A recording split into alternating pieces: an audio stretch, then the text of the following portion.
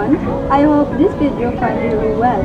So today, we are going to find out how to calculate the concentrations of solution through a simple yet exciting experiment using sugar and water.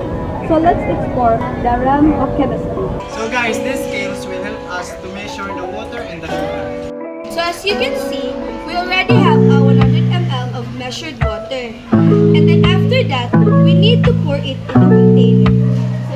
And next, we have 20 grams of white sugar and add it on in the water.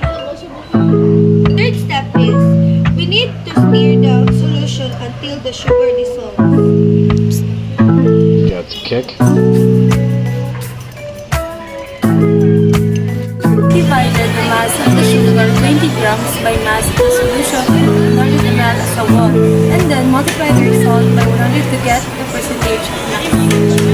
Get the morelated solution with 20 grams of sugar dissolved in 100 ml of water and divide the moles of sugar 20 divided by 342, so the answer is 0.585, and after that, make the 100 ml into liters.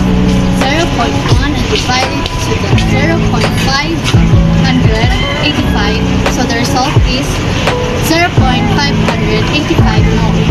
We were able to make a sugar solution and determine its concentration.